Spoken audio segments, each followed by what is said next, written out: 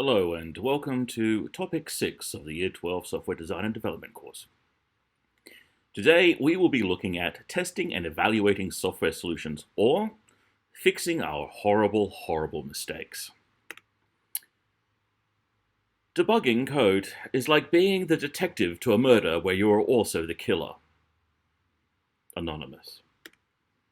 Some examples of why testing is important. In 2009, a typo at Google took down the entire internet. A URL was added to the block list, HTTP everything. Well, when we say the entire internet was taken down, it wasn't taken down. You could still visit every single page. But given how most people find things or go to websites through Google, it essentially meant that nobody was visiting anything. In the mid-80s, a poorly designed error message in a medical device caused 3 people to die when exposed to 100 times the amount of radiation they needed. The error message just kept on popping up.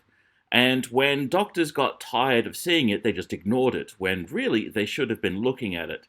And it got to the point where they were literally frying people in their care. In 1996, the USS Yorktown was automated with Windows NT. I'll wait for you to stop laughing. When the operating system tried to divide by 0, the ship broke so hard it had to be towed back to shore.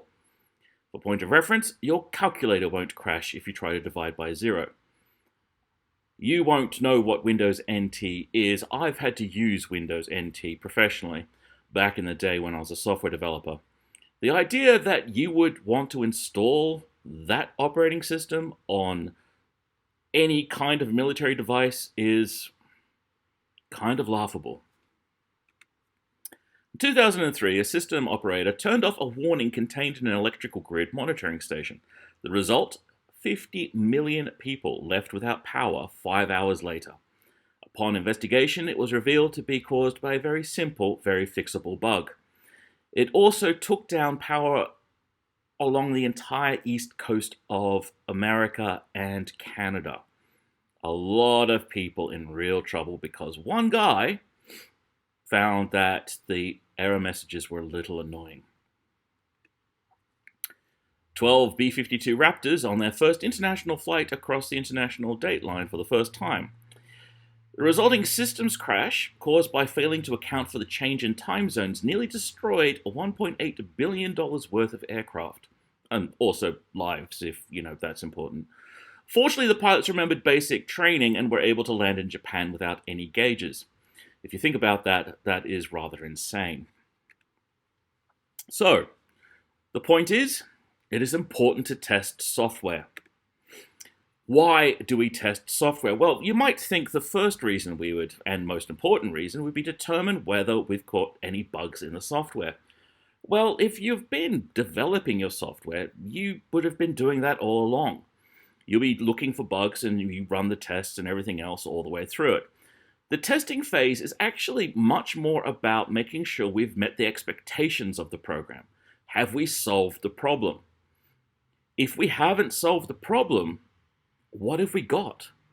A piece of software that doesn't really do anything that's useful. So the most important part of the testing phase is actually making sure that we have solved the problem. Now, we talk about the testing phase, and occasionally students will get confused. Surely we're testing throughout the entire development. Yes, you are. You're testing throughout every bit of the process of developing software. Even in a structured approach, when you're developing algorithms and whether you're going through all of the designs and modeling of the software, you're testing that you're actually going to be making something that works and something that solves the problem. In earlier stages, the testing process is informal. You make a new build, it's committed, developer works on a section of code, we'll test it, system analyst completes an algorithm, you test that. The formal stage of testing is started before distribution, so it's a very distinct set of testing processes. And we have 2 types of testing that you'll need to be aware of. And they both do 2 very different types of things. They are black box testing and white box testing. Black box testing is only concerned with what goes into and out of a system. We call it a black box system because we don't see what is inside the box. We don't see what's inside the system. We're not concerned with how processes work. We want to know that if we put 1 and 1 into the system, 2 will come out at the end. We want to make sure that whatever happens, data going in is what we expect when data comes out, everything lines up. White box testing is concerned primarily with how the processes work. It's white box because we can see into the processes. Data is only a concern when it relates to the processes. So in this particular case, we're looking to see that the system is being optimal, that it is fast, that it is efficient, that it's doing things the right way. I am often amazed by one of my friends who works as a software developer for the Commonwealth Bank, as I've mentioned before. He frequently talks about changing one line of code and saving hours and hours of computation time at the bank. Fixing one little thing will drop from 500 API calls a minute to 50, for example, and things like that. It's amazing how looking at the minutiae of a process, you can actually find a way of improving something and saving real money. It is also important for us to understand the levels of testing. At a system level, we're making sure that the software fits into the business model, the existing and current operating procedures. Will it work with our hardware, with our data? Can our personnel use it? Are the procedures correct? Is it going to work for our business use? A program level, we're looking at whether the modules interface correctly with each other. So when I call another module, does it respond with the correct data? Can I utilize the software within the actual system itself?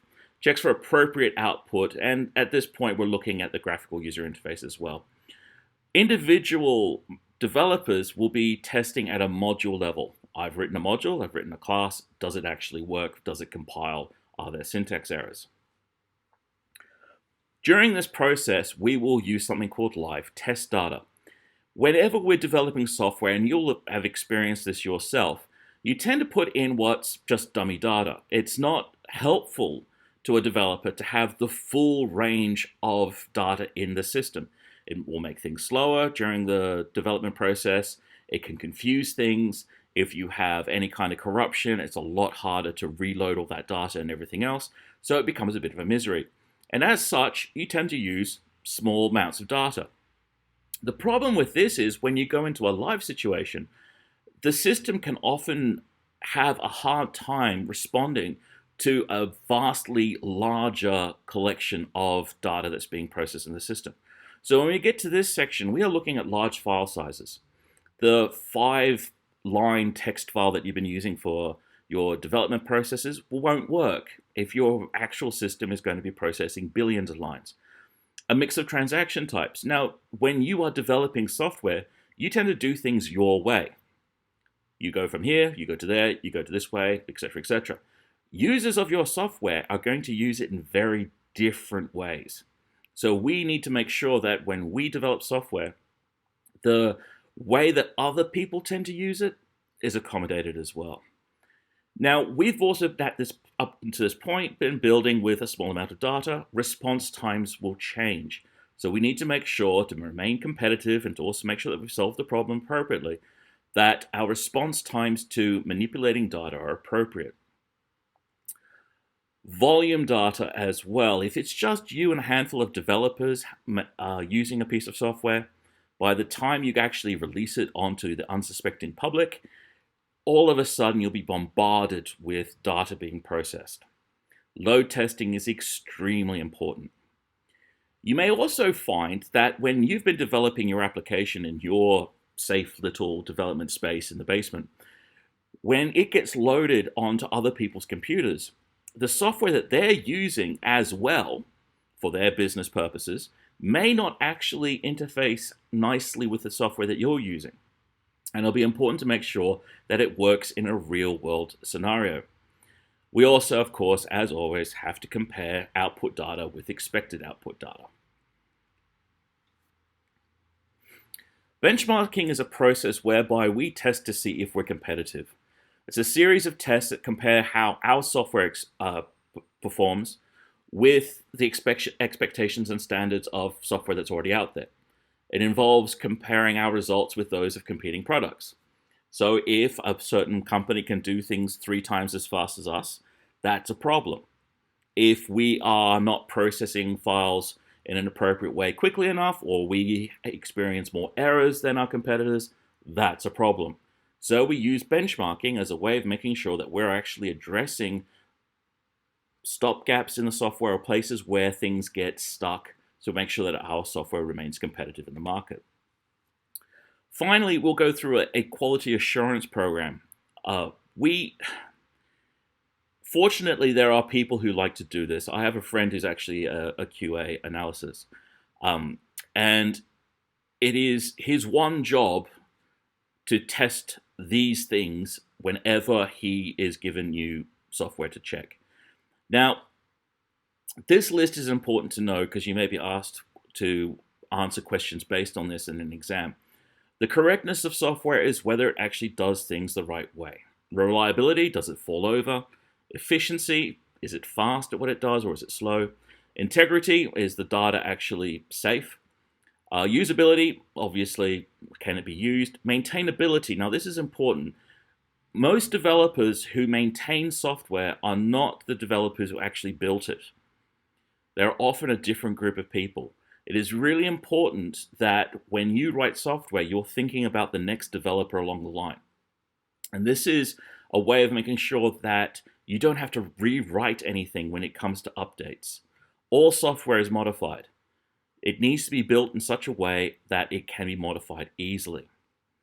Flexibility refers to the software's ability to be used in different ways. We are all different people. We all approach doing work in different ways.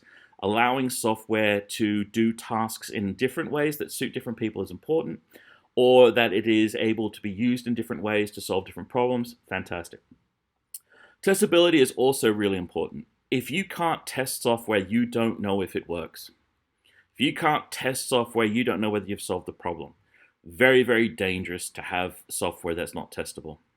Portability is again referring to data. So can we extract the data from the system? Is the data allowed to be modified by an outside program?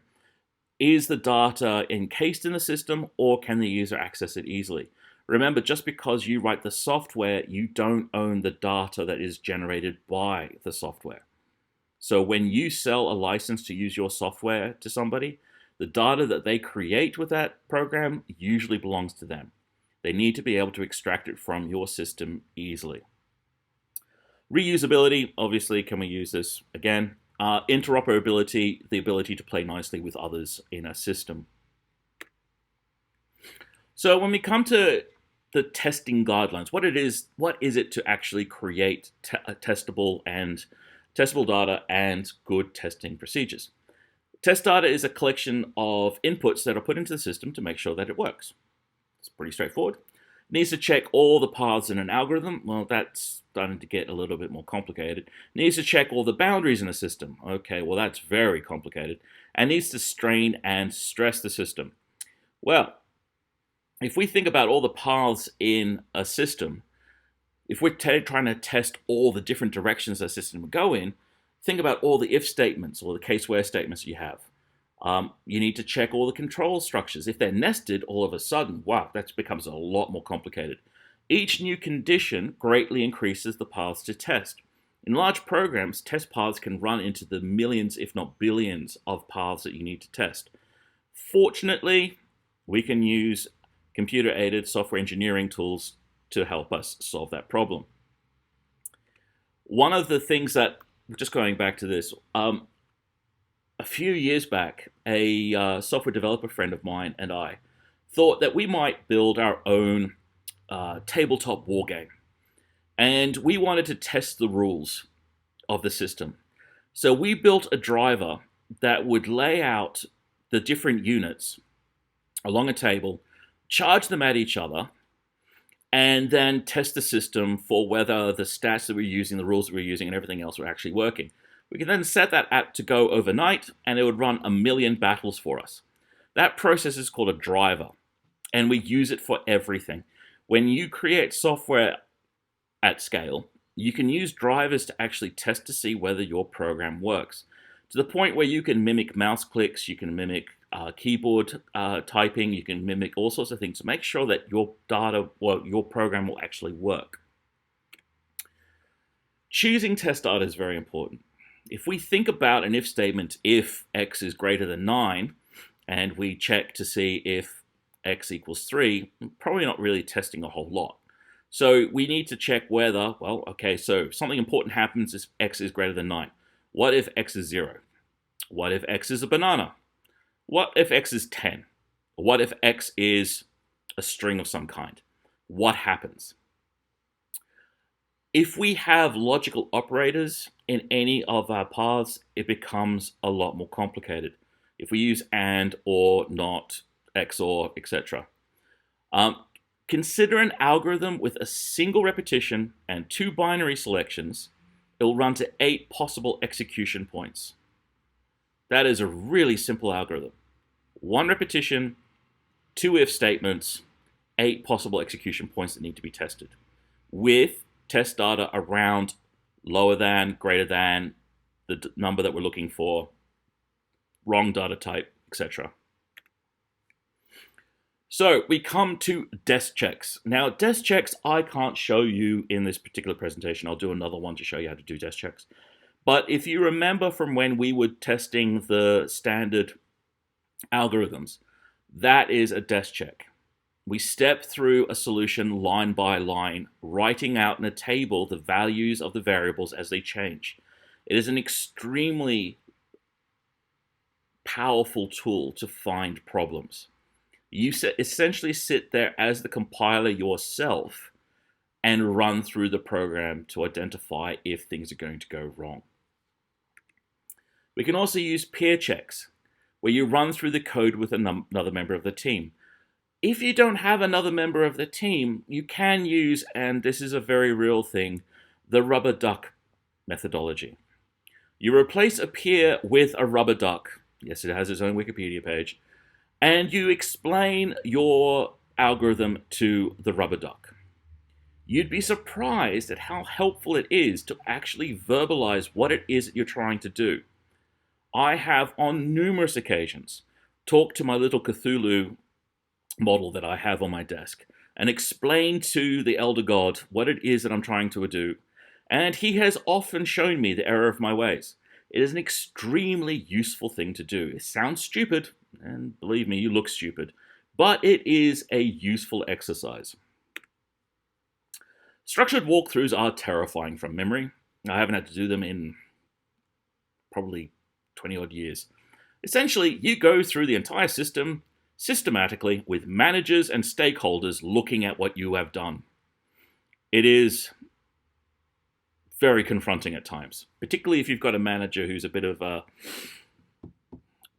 well, they like to think through all your systems and everything, like, why did you do it that way? Why did you do it that way? Why is it that? Why is it that? It's very terrifying. Okay, so we have 2 types of evaluating a solution. We've tested it, great. Well, now we need to evaluate it. So there's 2 types. Alpha testing. Alpha testing and beta testing are one type. So alpha testing is done on what we refer to as white boxes. Okay, so those are essentially the machine that is in the development environment. Okay, so your machine that you're developing it on is essentially a white box because it is a safe environment for the software to run, because you're using limited data, limited volume, limited file sizes. You know it works with your software because you're building it, you're testing it. We then put it out to beta testing. So this is completed in real-world environments. It's working alongside other applications. We've got volume and real data. It's complex environments, and it's outside of the development environment. Now, this is done for software that's going to be released to the public. So anything that's going out en masse, we're releasing it to the general markets, and we don't have a specific customer in mind necessarily. If we have been building software for a particular client, we use something called acceptance testing. This is essentially the solution being tested by the client and them accepting that the problem has been solved. Okay, so this is probably a lot more focused on meeting the actual requirements of the end user, because essentially they're paying you for an end product. And it is only used for custom solutions. It's the only time you'll ever end up using this. And that concludes this presentation.